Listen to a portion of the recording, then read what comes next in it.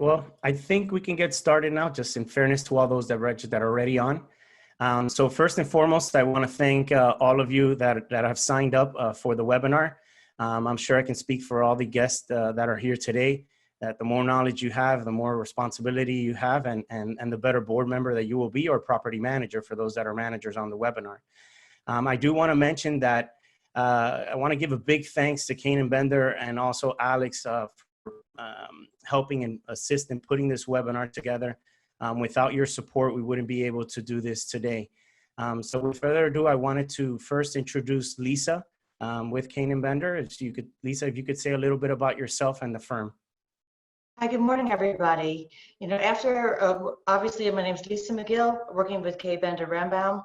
We have offices in Pompano Beach, Palm Beach Gardens, Tampa, even Miami right now. So after working in this field for 20 plus years, you'd think you'd seen everything, but this is something that we haven't encountered before. So I think it's great that Affinity and other avenues are offering this education for you all. Thank you, Lisa. Next, Michael Bender, if you can introduce yourself. Good morning. As Lisa mentioned, Kaye Bender Rembaum is a law firm, and we are happy to be teaming up with Rafael and Affinity and Alex to provide this presentation. I think it is a very unusual time, to say the least, and we're happy to be able to provide what guidance that we can offer. As a law firm, Kaye Bender Rembaum, we represent community associations, full service in all aspects of that representation, and we remain available. We have on our website, kbrlegal.com, we've added a tab for COVID-19 related items, and we encourage everyone to go to kbrlegal.com. It's obviously free to get there and check out those sites, and we constantly try to update as well as keep education, and look forward to giving you guys this presentation this morning. Thank you, Michael. And last but not least, Alex Leonardo. Hello, everyone. My name is Alex Leonardo from Lanter, Leonardo and DiCrescenzo. I'm the managing partner. Our firm we're a CPA firm. We provide compilations, reviews, and audits, and we service the Palm Beach, the Broward, and the Miami area. Thank you, Alex. Well, I'm one of the co-founders of Affinity Management Services. We are a community association management company. We service from Palm Beach down to Monroe County. Our specialty is that we're more of a medium-sized organizations. So we work directly with clients that are really looking for that special touch, looking for to be handheld throughout the process and really be guided. And that's really been our forte thus far. So I think that's good enough about us. I think most of you are here to hear the impacts that COVID is having on your association, or potentially will be having with regards to the financial impact of it. But before we go into the financial impact, I did want to ask a specific question here that I know recently has come up with regards to the common areas in the pool. I know a lot of individuals at the moment are anxious to get outside of their balconies and get outside of their condo. So Lisa, I wanted to direct this at you, Lisa or Michael. Considering, the new orders from Palm Beach, Broward, and Dade County, what's your recommendation when it comes to opening the common areas, and specifically now that Palm Beach has opened the pools? What's your recommendations for association in dealing with that? Mike? Well, I'll start, and Lisa can piggyback. Again, these orders came out Tuesday. Broward came out yesterday. So my first recommendation is obviously review the orders and get with your association counsel and your business advisors, if you have a management team, to discuss what the impact is. It's the easiest one. Miami-Dade's order doesn't reference pools at all. So in Miami-Dade County, the prior order on pool closures remains in effect at this time. And so that has to be further investigated if there's been new orders. New orders seem to be coming daily. So we're at this point, though, Miami-Dade doesn't have an open. Broward's order with regard to pools has certain requirements and guidelines regarding both Broward and Palm Beach County do require that CDC guidelines for social distancing remain in effect. And that is very important to remember. There is also requirements with regard to sanitizing and maintaining the bathroom areas.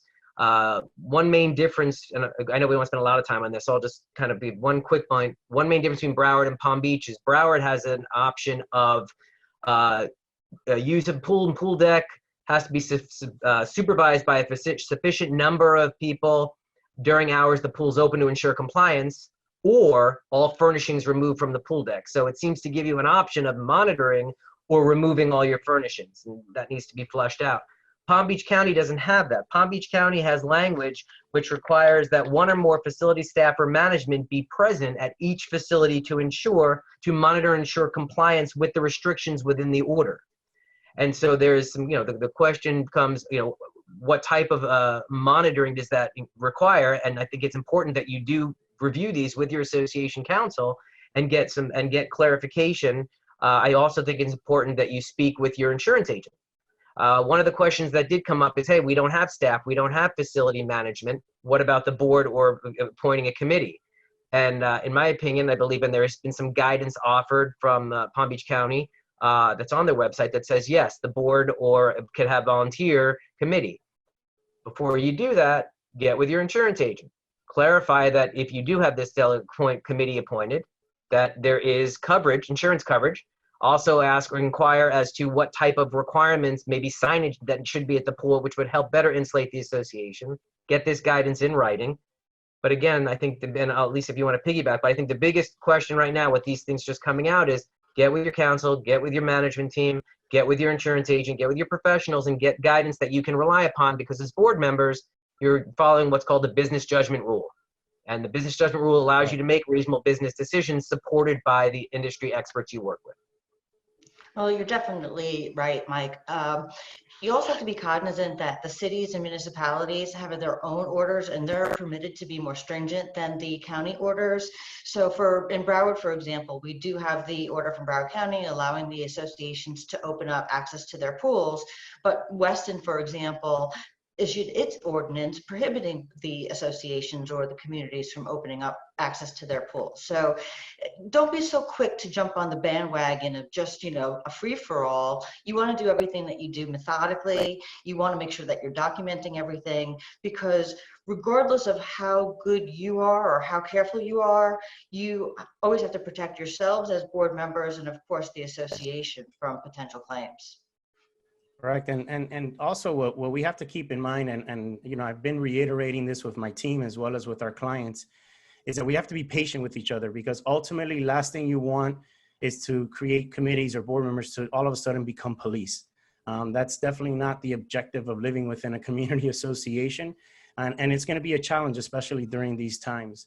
I also wanted to provide a tip for those managers or for those self-managed properties that live in Palm Beach. If you are considering opening your pool, do keep in mind that Florida Health does have a specific checklist that must be filled out and turned into them. There's about 9 points. Most of the points are not anything out of this world. They're points that you typically are going to check when the pool maintenance is there.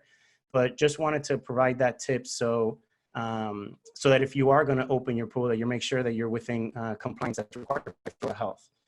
Rafael, that was great. Yeah. Rafael, just real quick, that was great stuff. And I just wanted to add one last point, because you made an excellent point about enforcement. And I do want to remind everyone, and to piggyback off what Rafael said, is that, right, whether it's the board, whether it's a committee, these volunteers, you're not looking to put yourself in a situation where you're confronting. And so one of the questions that we talk about is you have certain obligations, certain requirements, and enforcement issue has been a question that's come up, not only now, but previously, but now even more so. And I think that's very important that you get clarification as to what you should or should not be doing with regard to that. And by the way, if you can't, as communities, enforce these restrictions, then what the counties are saying is don't open your pools.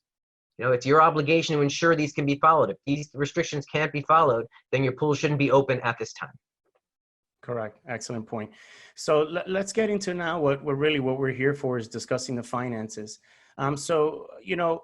Lisa, what's your take and what are you expecting, or what do you believe the associations can expect when it comes to regards to the potential financial fallout from coronaviruses? Do you see any potential claims, litigation? Obviously, there's going to be some increase in cleaning and utilities and so forth, but what's your take on the potential impact? Well, obviously, you're going to have people that are struggling financially, and we're going to talk about how the associations can prepare for delinquencies and how they can protect themselves in order to ensure their continued financial operations. But yes, I do. Right now, you probably already have increased expenses. Like you said, utilities, for example, everyone's home. Utility costs are going up, and utilities are obviously an essential service that has to be provided to the residents. Potential claims. Now, personally, I believe a claim based upon someone contracting the coronavirus is somewhat attenuated, but that's not your only cost or your expense that you have to be cognizant of. You have to defend these claims. So like I said before, you have to document. If you've increased your cleaning protocol, if you've hired additional staff, if you've changed performance of staff duties, make sure you have that documented so that later, if you are challenged, you're able to point to the exact dates and times that you implemented new policies, how you enforce those policies, and how you communicated those policies with your members. Finally, depending on the type of claim, there are all different kinds of claims that I can anticipate. Now, you may even have disputes with contractors over delaying projects, if you're delaying projects, or if you're not in a position to pay all your financial obligations in a timely basis. But some of the claims may involve people who believe the association failed to undertake its responsibilities, and that caused them to contract coronavirus. Well, if you take a look, meet with your insurance provider or your insurance advisor to discuss what coverages you have in place.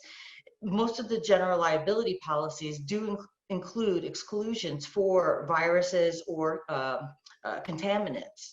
So again, even if the claim is not valid or you're not legally found liable for damages, you have to think about those defense costs. And if you don't have coverage for defense costs, then you're looking at it what could be a potentially large expenditure. So some of the agents right now I know are recommending legal defense policies. I don't think they're really that expensive. I think they are more in line with your D&O policy. Remember, your D&O policy is going to exclude all bodily injuries. So your D&O is not going to cover you for that kind of a claim. And if your general liability has an exclusion, having this gap insurance or this extra level of comfort, I think is going to be pretty comforting for you as board members later on. Of course, oh, no, and that's a great point that you mentioned with regards to utilities, because typically most associations, most individuals are working unless it's a snowbird community, and if it is, they're not here at the moment. So your water expenses are definitely going to skyrocket when you have the entire family in the condo. So that's something that you definitely need to keep in mind in your expenses for the months to come. With regards to Lisa, I'm going to keep it here with you. Is there anything that we should be doing now to prepare for possible delinquencies?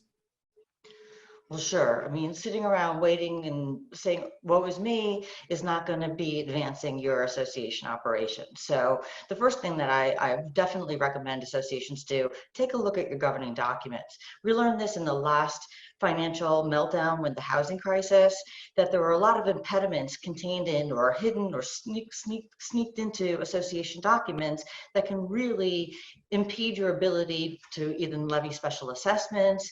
You may have membership requirements stuck somewhere in your governing documents.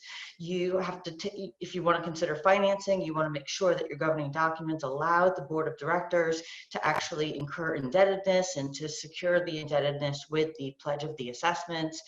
The banks, in the last subsequent years, we've realized that free ride language that applies to some banks. So under the statutes, the banks, if they acquire title as a result of their foreclosure, have to pay the 1% or the 12 months worth of assessments. But that's not the case if the governing documents give them a free ride. And there are many, many of the governing documents that do provide those mortgagees with the free ride, because that was one of the conditions associated with the development. Even worse would be if the governing documents extend that benefit to third-party purchasers, because mortgagees are limited in how much you can collect. if they acquire title as a result of a foreclosure. But third-party purchasers should really pay any of the delinquency associated with the unit if they buy at a foreclosure sale or otherwise. If that free ride language extends to third-party purchasers, you could be looking at a lot of loss. And of course, any of that loss falls back on all of the other owners. So you definitely want to take a look at those governing documents. As far as operations are concerned, I think it's really beneficial to establish electronic voting platforms. I know Affinity is very familiar with electronic voting, has had a lot of success with it. People are all over the world or country or wherever they are. And obviously you're not, with the social distancing guidelines in place, you're not going to want to hold big meetings. So having those electronic voting platforms set up, people familiar with them, is going to help you if you need to take any votes to move your reserves or otherwise attend to business. Finally, you want to thwart off that potential liability that we just talked about. So again, one thing that you can do to prepare yourself financially is make sure that you have the right and sufficient insurance coverage in place. But you also want to ensure that simply because we're operating under an emergency order or emergency situation does not mean you could ignore all of the regulations, laws, procedures associated with community association operations. Don't relax your procedures or otherwise cut corners, because those actions could also result in claims later. You want to thwart off that potential liability.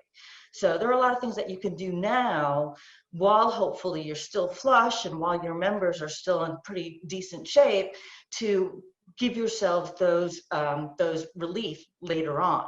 Finally, the last thing, and this would really only be applicable to HOA communities, and there are detriments and benefits of it, and people have different opinions, but you may want to think about establishing capital contribution requirements for new purchasers. Again, you don't want those to be too onerous because you don't want to detract from sales and reduce the marketability of any of the properties, but that might be something that can give you, again, that tiny little cushion to assist you if you're running shortfalls.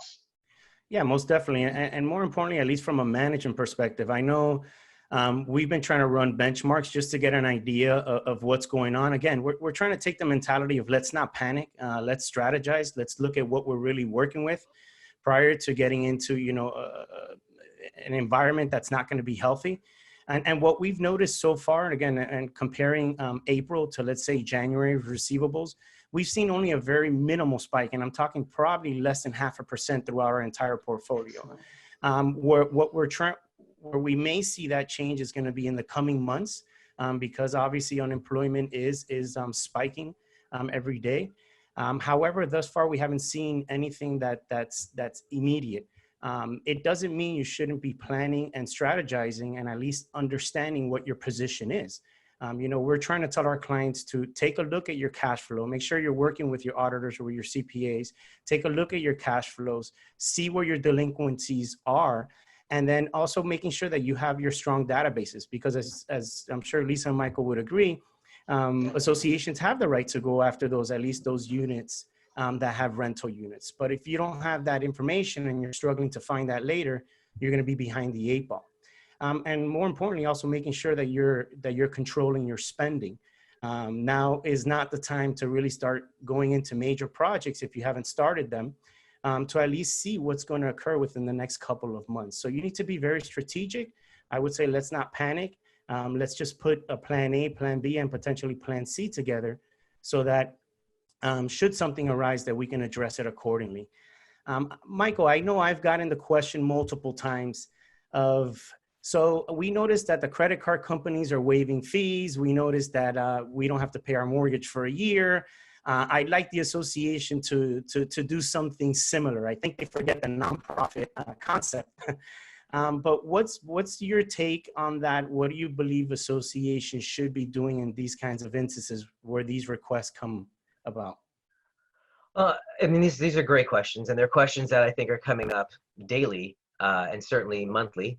And my opinion, I think the opinion that we've offered as a firm is board members have a fiduciary duty to ensure that the associations continue to function financially and meet the financial obligations of the association. In order to do that, the lifeblood of the association financially is the assessments.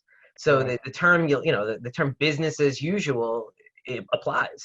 And I think business as usual should be the process that boards are addressing in general, meaning that if you're monthly maintenance, then people are paying their monthly maintenance. If people are not paying on time, then late fees are being imposed in general.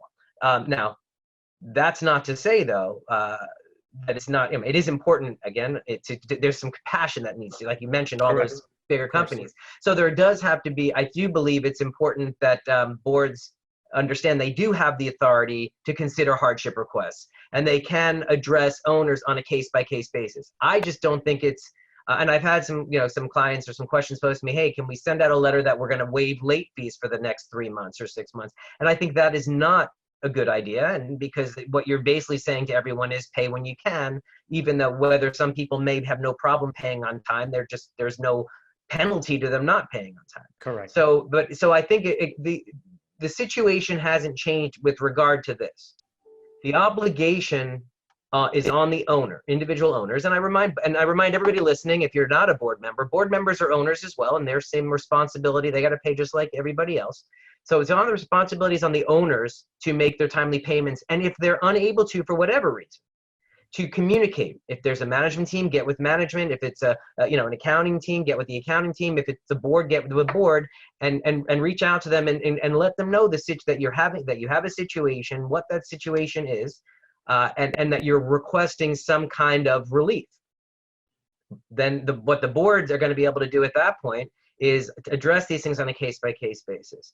I do believe, and this may be kind of answering a few questions that we might have, anticipating certain questions, is I think the board, it is within the authority of the board, through its management team or otherwise, to request documentation from an owner to support that they do have this financial hardship. And you should get with your counsel to clarify what the do's and don'ts, and you can get with your management team, your accounting team as well. And work out what those options are. I don't recommend blanket policies for assessments for all owners. I do think that it's important that you also, which is a separate but related note, when you're working your budget, and we kind of touched on this earlier, is if there are vendors, if there's some items that are more discretionary, that you work with those vendors and ascertain if those vendors are willing to wait on payments or somehow offer the association some deferred payments, which would allow the association the ability to pass on those quote unquote savings to owners who are struggling. But I think I think that's what's important, as accounts are becoming delinquent, if owners are not communicating, I think then you need to treat them as you normally would, which is proceed with collections, but encourage owners to communicate. Get a letter, maybe a second letter out to the owners, reminding them of the requirement to make sure that they pay, or to reach out to communicate if they can't pay in full. And then the last thing, go ahead. I'm sorry. So it's funny because, we were trying to take a very proactive approach. And I think, in all honesty, I think we just went a little bit too early on, because we went through 2007. We saw the impacts. And we were sending emails just basically letting residents know, hey, there's multiple options available to you. And we got strong pushback from certain individuals. I can't believe you're doing this when everyone's waiving. But ultimately, our responsibility is to the members, to those same members of the association. We actually had a spike in ACH signups. And we had the same reaction from board members that send a letter to waive late fees. And Mike, I'm so happy that you said it the way you said it. Because I believe it's on a one-on-one basis as well. If you open Pandora's box, all of a sudden you're going to get a 20 to 30% spike of people not paying, just because you're kind of giving them that option.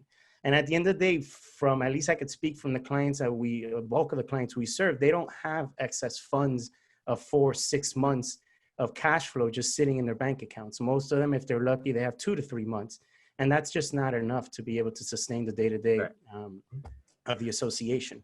Right. And part of what you can do there, I mean, listen, and some of the things that we're talking about apply outside of this pandemic. It's obviously more there's a lot, potential, a lot more impact right now with the unemployment rates going up and everything else. But you know, money in is money in, and so if someone comes to you and says, "Listen, I have an issue. You know, I got laid off or whatever it is," you're working with them on a. That's why we talk about case by case, because if someone, let's say you're quarterly, and someone says, "Well, I don't have the $1,000 to pay this quarter." Great. Well, maybe that's someone. Maybe you can work it out. Pay $330 each month. So by the end of the quarter, you're still caught up. Or some, you know, and we'll waive any late fee, that type of thing. I mean, that's the case by case approach that you work, because different people are going to have different situations, and communities will be different as well. Of course, of course.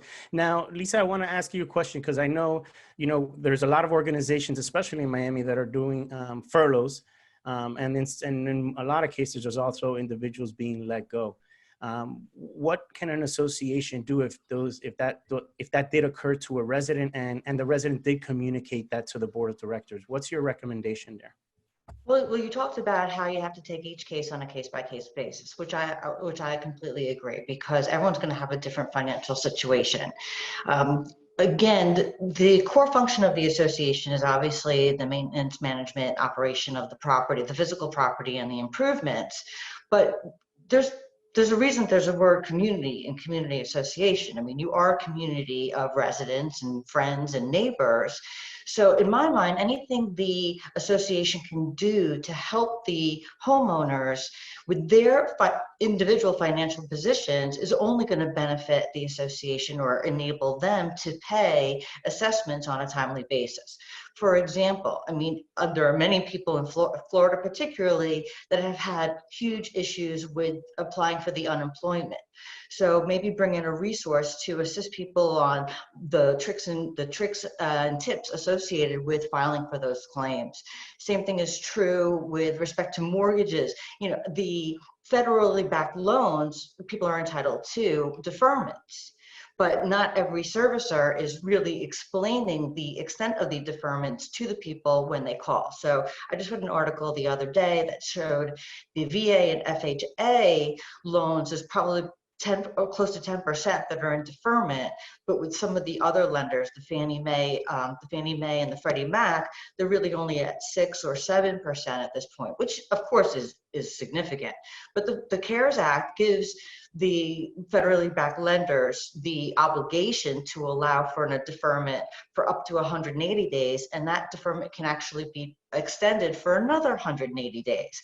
If people have assistance in obtaining the deferment, they're not paying their mortgage. Of course, they're paying their taxes and their insurance, but that'll help them be able to pay the association for the monthly or the quarterly maintenance fees.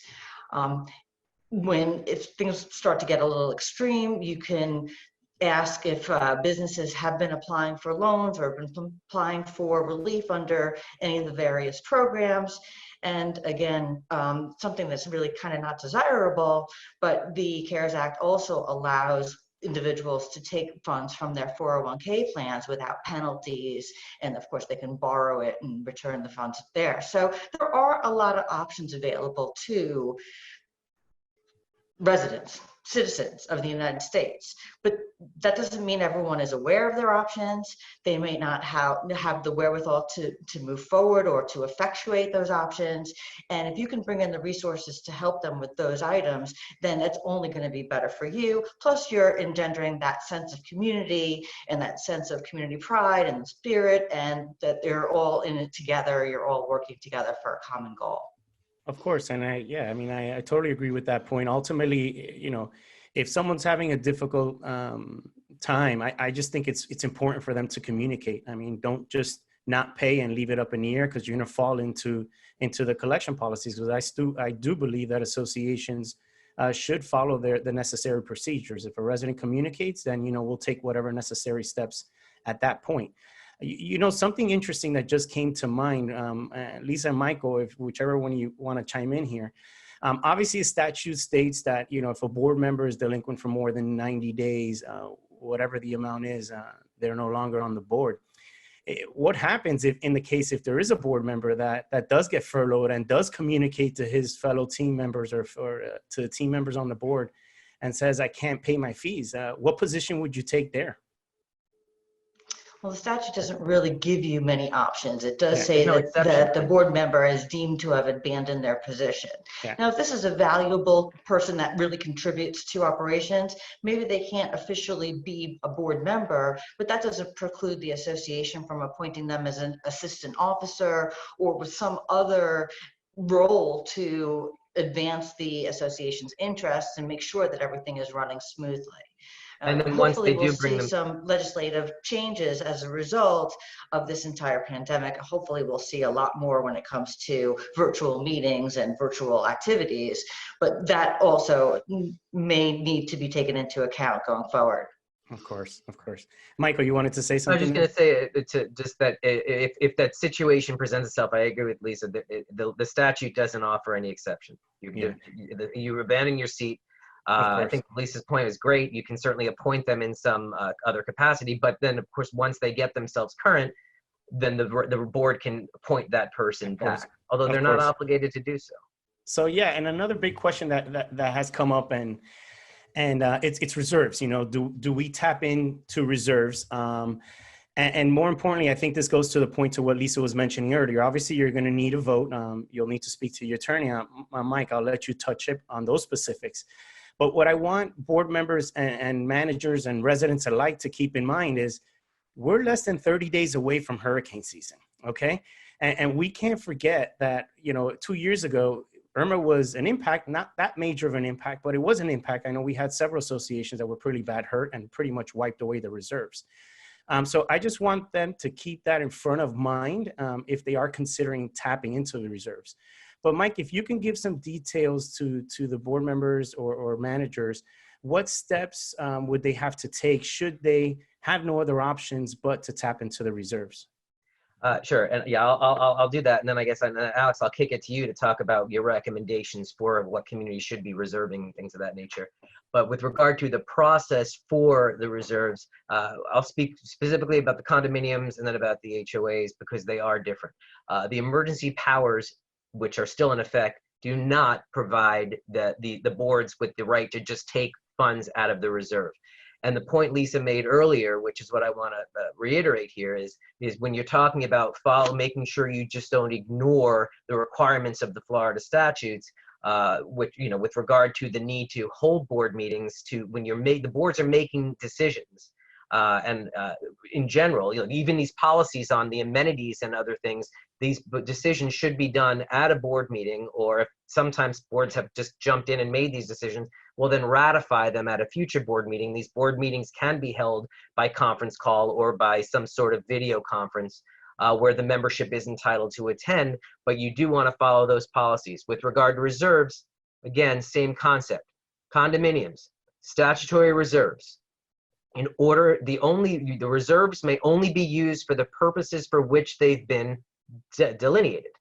And if you want to use those funds for a purpose other than, let's use a simple example. You're operating, owners aren't paying in full. Your operating funds are short because you need to address budgeting perhaps with Alex in the future. But your operating funds are short. You want to be able to use some reserve funds rather than a special assessment. You don't have the board doesn't have the authority under the emergency powers to do that. In order to use reserve funds for a purpose for other than which they've been delineated or designated, you do need a vote of the membership. That vote would be a majority of the quorum. So you first have to know what your quorum is. In the condominium setting, quorum is a majority of all owners unless there's a lower percentage in your governing documents. In the HOA setting, quorum is 30% unless there's a lower number in your documents. Again, condominium has statutory reserves and all boards are obligated to have reserves unless the membership has voted to waive them. The HOA setup is different. The HOA, you're going to have statutory reserves if they were created by the developer at the time of the developer creation and in the budgeted turnover, or the membership voted to have reserves, which is, in my experience, very, very unlikely. There are often, we have many HOAs who have reserves in line items or in their budgets, but they're not statutory reserves, so they're really misnamed. They're really more of a contingency-like fund, which the board would have discretion to use as long as it's for proper association purposes as set forth in the statutes in your governing documents. So you want to definitely get with counsel, as Rafael mentioned. You want to definitely get with counsel and discuss if you're considering the using of reserves, whether it's in an HOA or a condominium setting or even a cooperative setting. Get with your counsel, get an opinion, a written opinion that you can rely upon in the best possible way to address these reserve funds. Of course, thank you, Michael. And Alex, I want to get your input because I know your firm specializes in doing reviews, compilations, and audits, and you see a lot of the financial statements of the associations you serve. That's right. Can you give me an input on what your take is on tapping into the reserves based on your experiences on what you review in these financial statements? So, what you really all have to think about is what can I do now as a board member or as a property manager with the financials that we do have?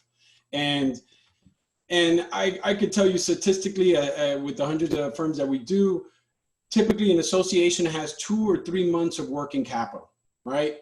The first thing you should do is sit down with your CPA, sit down with someone at the management company, and understand where your finances are. Typically, as a board, as a property manager, when you're running the operations, what do you really care about? It's the income statement. You're looking at revenues, you're looking at expenses. But when you have to make these decisions about what are you going to do, how am I going to find money elsewhere, spend some time on the balance sheet, get an idea, where do you stand today? Do we have excess cash? There's a maneuver that you do in budgeting. When you do have excess cash on hand, if your budget if you have a shortfall, you could use what's called a rollover surplus, and you could subsidize it with cash that you have on hand. That's an option, right? One of the things I would definitely tell you before you tap into reserves, etc., is right now, if you have good receivables right now, it might be the best time for you to get a line of credit. Yep. And it's something that you really should consider because you, as the saying goes, you want to go to the bank when you don't need the money.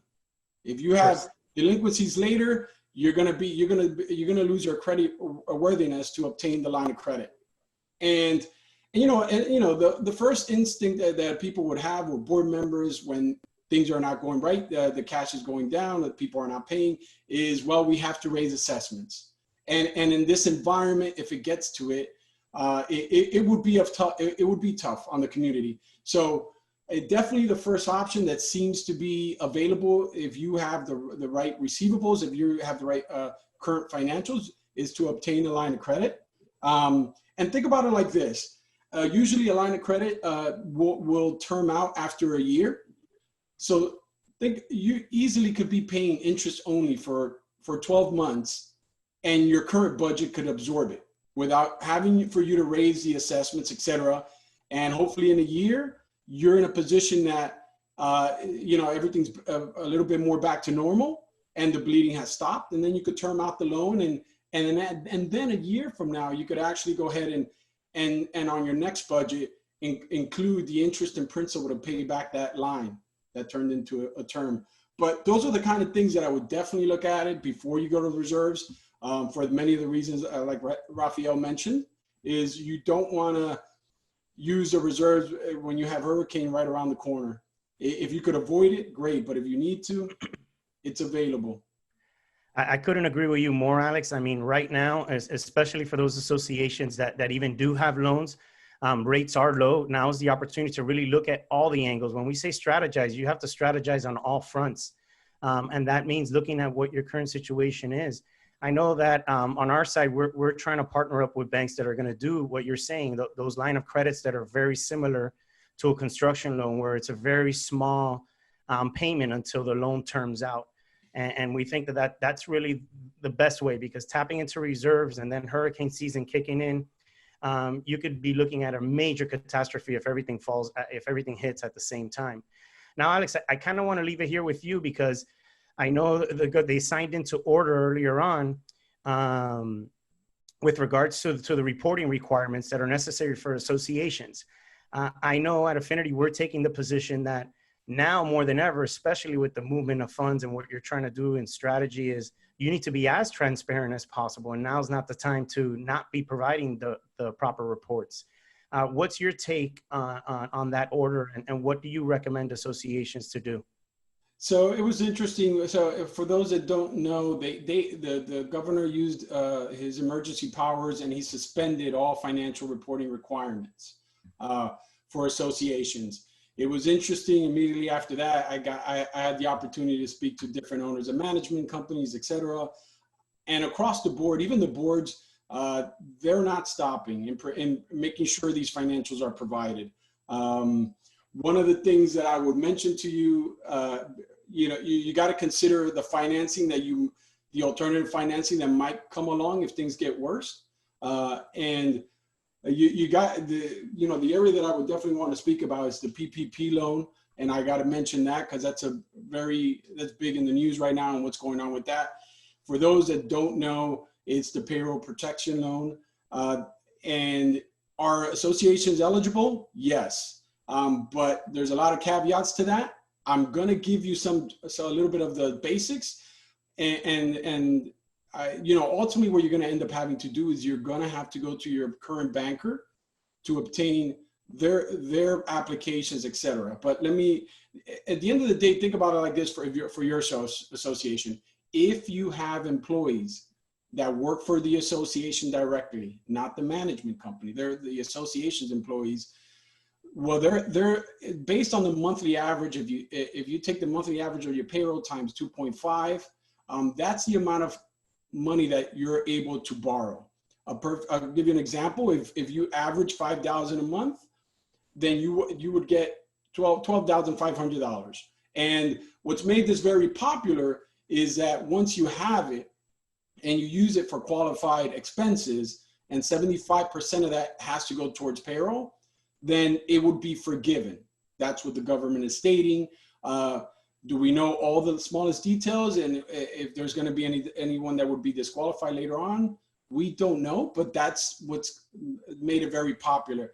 But think about your association. If you have 1 or 2 employees, I would tell you, is it worth it to go through that process? It's something you have to think about. I know that a lot of the banks that you're working with, if you're at 10,000 and under, they're not going to process the application.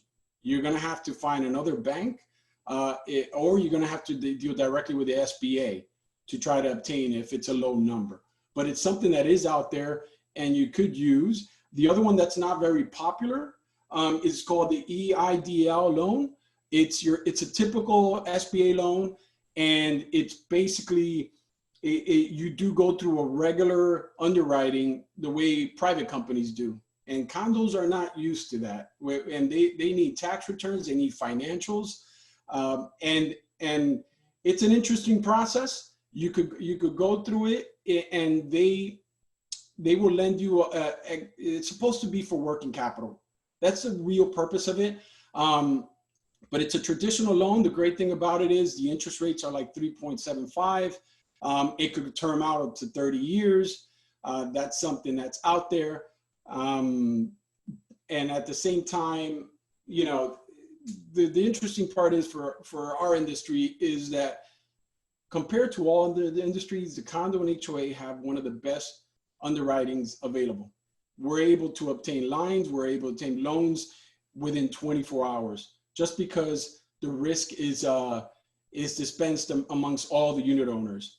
And it's more of a guaranteed revenue than any other industry. Think about all the for-profit businesses that have lost their revenue. So that makes us very unique in how easy it is most of the time for us to obtain a loan. But it's something that if you have to go through the alternative route, you may need financials. And that's just one of the many reasons why boards and property managers have not stopped on producing these financials. Even now with the governor, opening phase 1, at what point will phase 3, is it phase 3 that they're going to put back all the financial reporting? So it seems to be around the corner. So no one's stopping to do it at the moment. Of course. Now, Lisa, I know that you've done a good job in informing a lot of people via LinkedIn. I know I've personally have read some of your information when it comes to the PPP and EIDL. Could you give some perspective from the legal side of what your take is on these kinds of loans and associations? Well, we don't really want to get into the weeds when we talk about like the federal regulations and the interim rules, but the PPP loan is an expansion of the SBA 7A loan, and the typical SBA 7A loans have exclude certain types of businesses. Typically, the 7A loans are not available for nonprofits, which are the tax exempt organizations, colleges, churches, anything that qualifies as tax exempt. The traditional 7A loans also do not apply to what they call passive businesses or apartment houses or residential facilities that don't provide medical care. Well, when the SBA wrote the interim rules, they modified the nonprofit qualification, because the CARES Act specifically says that a tax exempt or certain tax exempt nonprofits are entitled to the PPP loans, but they retained some of the other disqualifications that were not contemplated by the CARES Act. So there's a huge amount of controversy. Some associations have been approved for loans. Again, you'd have to get your application in immediately. You'd have to have a lender that is used to working with the SBA. You also have to have, for the PPP, direct payroll, which is why one of the benefits of working with management is that you have a management company that handles the payroll for the staff that's on site. Plus you have a little bit of flexibility as the client to adjust, like who's going to be working what hours, whether you need staff, increase staff or decrease staff, or how you're going to do that. So many of the associations were told even by their lenders, because it wasn't clear, and SBA actually did give out advice saying that HOAs did not qualify. So they were told by their lenders they couldn't get the applications in. It was a lost cause. And lo and behold, there are many associations out there that did qualify, but those are typically the larger properties that have significant payroll, like Alex mentioned. Yeah, of course. I know CAI has been doing their part to try to lobby that position. CAI has got a full court press on that. Yeah. So if you're a member of CAI, and even if you're not a member of CAI, you can go to their website. They have the information that you can send to your local legislators or the people that are on the SBA committees, the financing committees. Marco Rubio is really one of the persons that spearheaded this entire program, and they do want that clarification. I mean, they are asking for it. The associations are going to need it, and associations operate properties like everybody else. The problem is with the timing, though, because the funds are going to be depleted by the time associations can put in for it. Of course. Alex, you wanted to say something there? Yeah, it was, you hear these stories about the publicly traded companies obtaining the loans and the publicity that's creating. But one of them that happened was in Fisher Island in Miami. They obtained a huge loan, and there's a lot, and they were put on notice regarding, because now they're saying the administration is saying that they will be investigating to ask for that money back. Well, actually, Alex, I understood that the community unanimously voted to return the money. They refunded it. Right? Yeah, I believe so. Yeah. So we're getting close to about the 12 o'clock. I do know we have several questions here. So Rafael, may I just jump in, because there was a couple of things that I wanted to follow up on. And one of the questions is that there was a question that was asked: what if it's a pooled reserve? In following up my discussion on reserves, the statements I made with regard to reserves applies to the pooled reserve as well as the line item reserve. The difference between the two in a pooled reserve is you have a bunch of money that's, again, designated, but it is designated for certain categories. So the point we were making is if you're looking to use reserve funds for something other than which they've been designated or delineated, you need to get that vote of the membership. So whether you're trying to get money out of a roof line item, a paving line item, or whether you have a pool of all those things, you're still trying to take the money to use to supplement your operating shortfall, you're going to need to get a vote of the membership to use those reserve funds. So that answers the question that was on pooled reserves. Also, the other point I wanted to remember to bring up is with regard to lines of credit. Yes, you should, as both Rafael and Alex were hit on, and one of our guys, Will, thanks for that, pointed out, that reserve funds you should try not to use reserve funds as your first line of defense, if you will, because if you do deplete the reserve funds, and I think this point was already made, but I'll reiterate it, you're down the road, you're going to need those reserve funds back. And how are you going to get those back but for a special assessment or something of that nature? So if you can look to do a line of credit or something to as opposed to use those reserve funds, suggest it.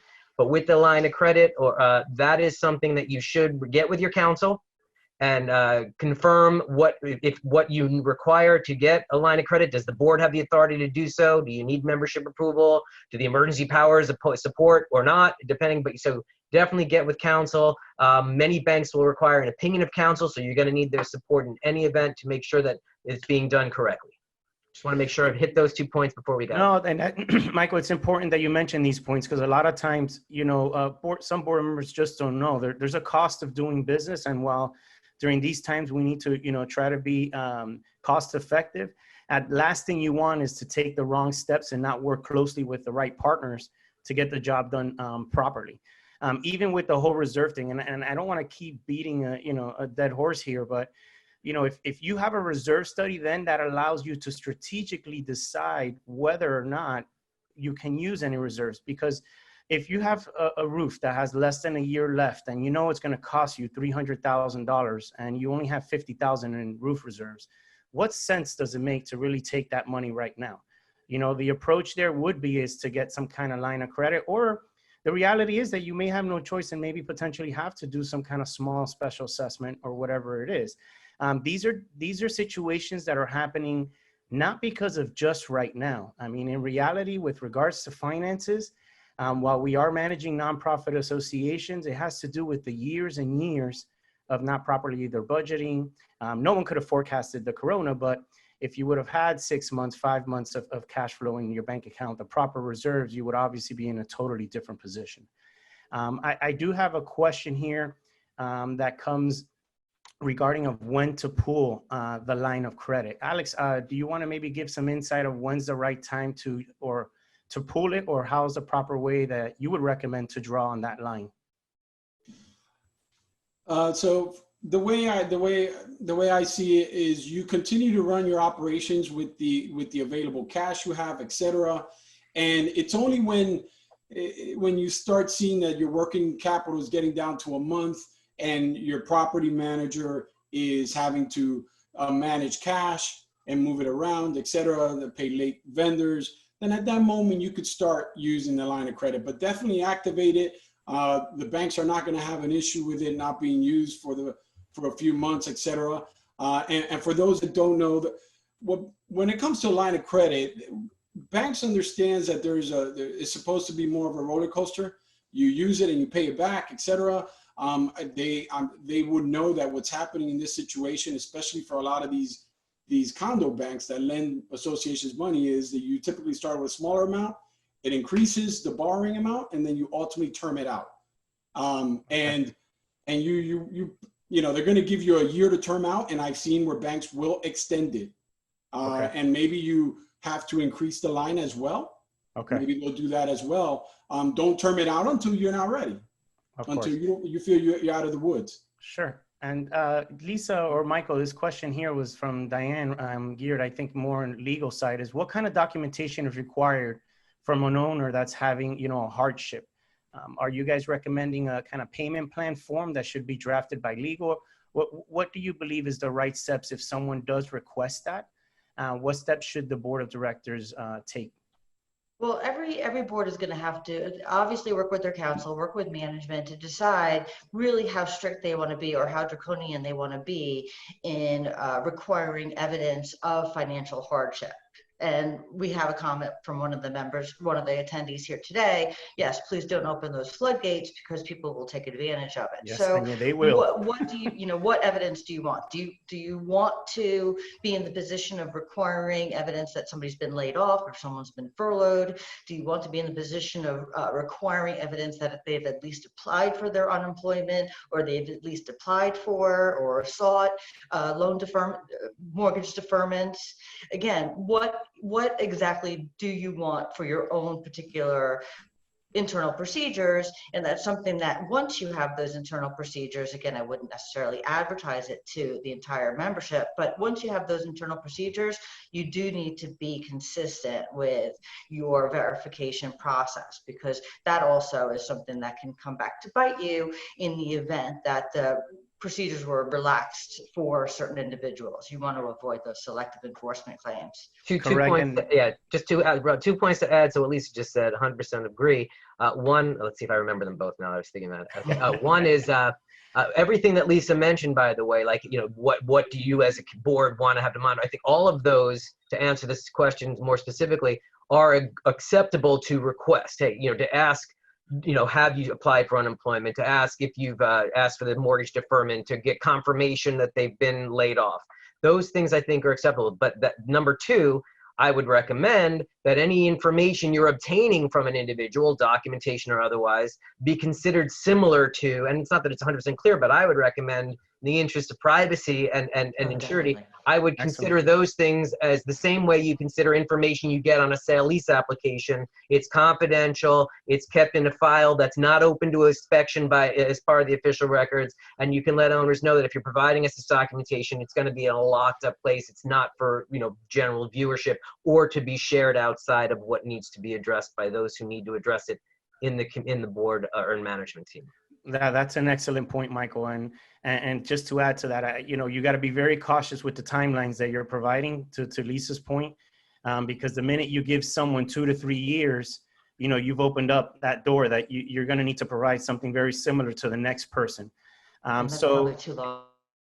Anyway, and in respect, I mean, 2-3 years is, you know, how can you live correct. with, you know, waiting 2-3 years? Correct. You're a nonprofit. And by the way, but these are immediate situations, and so it's kind of like what I talked about earlier. When someone says, "I can't make the quarterly payment because it's too," okay, well, can we break it down over over the quarter, and maybe you can pay it in full by the end of the quarter, for example. Or if it's a monthly thing, all right, can you pay maybe half this month and somehow pick up a little bit each month? I mean, that's the kind of thing. But I don't think you're in a situation now, and again, case by case approach, but where you should be going out any longer than is necessary. Certainly, it's okay to inquire of the requesting owner, you know, what is it you're asking for? You know, what is it that you'd like to do? Would you like us to, you know, what is your proposal, if you will? And then the board can consider that, review with counsel, review with your business advisor. I want to answer one question about, someone asked, can we borrow from reserves, pay it back rather than take a loan? Borrowing from reserves is not something that that the statute supports. I know there are communities who will say, oh, we're going to just take it out, but we'll put it back before the end of the year.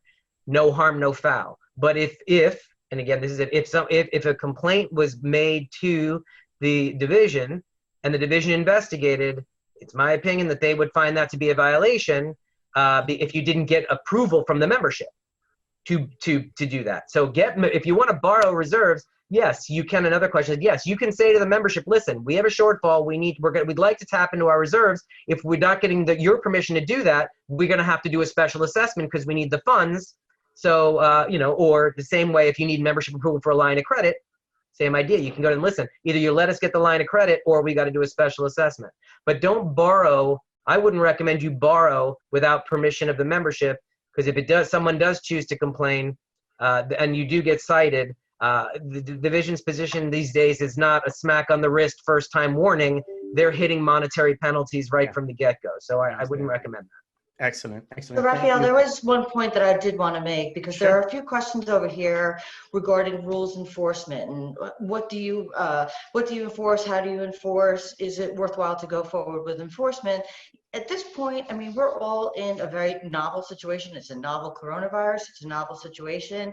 And I think the associations, well, the typical advice is don't do anything that's going to put you on the 6 o'clock news. But the point being is that there are some use restrictions that may need to be somewhat relaxed for the intervening period because of those personal situations. I mean, if you have vehicle requirements or maximum number of vehicles, you have kids home from college or people that are living with their parents right now, you may have additional vehicles on property. You just may allow them to, you know, park somewhere or find a suitable place for them to park instead of issuing violations as a result of that. Same thing with occupancy restrictions, same thing with, other types of issues, even although obviously you're loath to allow anyone to neglect the maintenance of their property, but I also saw news stories about how associations were becoming very, very strict with enforcing requirements to pressure clean roofs, pressure clean driveways, make sure that their landscaping is pristine. And you know what? Again, you're a community of neighbors. You have to take some things into consideration. Now, I would never advocate reducing or neglecting the maintenance, especially of the common areas. I mean, that is one of the core functions of the association, again, is to maintain common areas in a safe and secure and appropriate way. But I would encourage our board member leaders out there to show a little bit of sympathy and maybe come to terms on, how or what will be somewhat relaxed in this intervening period. Of course. And Rafael, I think that that's a good point to make. But I think and again, it sounds a little self-serving, but it's why you reach out to counsel who's experienced. Because I would say also, remember, you don't want to say we're not enforcing this.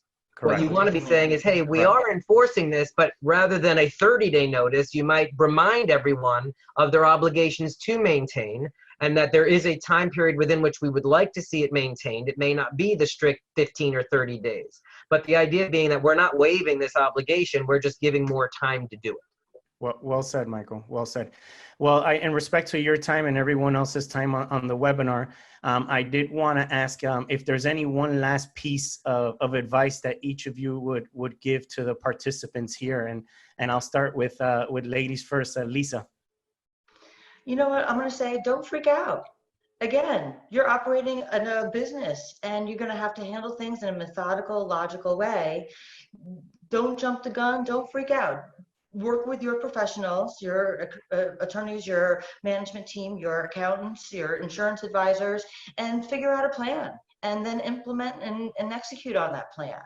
But anything, again, you don't want to be overly afraid of everything is going to be considered liability, or you can't do this, or you don't want to be paralyzed. You want to work through this crisis like you would work through any other type of crisis if you were operating any other type of business. Excellent point. Thank you, Lisa. Michael? I mean, we just very briefly, I think it is unprecedented times. Everybody's going through, and what I ask of owners to understand that your fellow owners who have volunteered to run these communities, and your management team who's there to try to assist you in running your communities, they do have this fiduciary duty to best protect the association as a whole. And as much as an individual board member might want exactly as an owner what you want, they are doing their job when they're saying, notwithstanding my self-interest, I have to do what's in the best interest of the community and rely upon the advice of our expert team in doing so. So work together, try to be supportive in that regard. And in the immortal words of Bill and Ted, be excellent to each other. Excellent. Thank you, Michael. Alex, Leonardo. What I would tell you, and look, I've worked in private companies, and I've been doing this in condos for at least 12 years now. The great thing about the condo industry, you do have access to all these professionals, and you don't want to feel, one of the ways to lighten the load and the burden that you might feel with what's coming ahead is talking to them, because they're doing it. We're all doing it every day, and providing this advice, reading, etc., and getting educated on how to approach this. So lean on them, make the best decisions. As long as you're documenting everything, sure, there's always going to be someone that's going to second guess it, but as long as you're doing that, then you're doing your job of making the best decision with the information you have now. And that's really what I would say in regards to operating your association from a financial and from operations standpoint. Excellent, Alex. Thank you. I just basically wanted to first thank everyone that's here. I mean, we had close almost to 300 participants. It goes to say a lot about yourself, your leadership, what you're looking to do for your community. Obviously, we're here to serve you, but you're serving even more individuals. So I want to applaud you for that. More importantly, it's, you know, not only has our planet kind of gotten a reset button where it's been able to breathe a bit, but more importantly, I've noticed in our association world that there's been much more gratitude. I'm hoping that that gratitude lasts for longer than the time that we've been in quarantine. But you know, more than ever, I'm proud to be in this industry. I'm happy that of what I'm seeing with the residents. Let's just continue to have patience, both your professionals as well as yourselves. We're all new to this. We're doing our best to provide education, to guide you, and try to point you in the right direction. But please don't hesitate to reach out to any of us. We're here to help. We're believers of education, which creates, you know, knowledge and responsibility. And lastly, I wanted to thank you, Michael, and Lisa, and Alex for really coming together, because without you, we wouldn't be able to do this.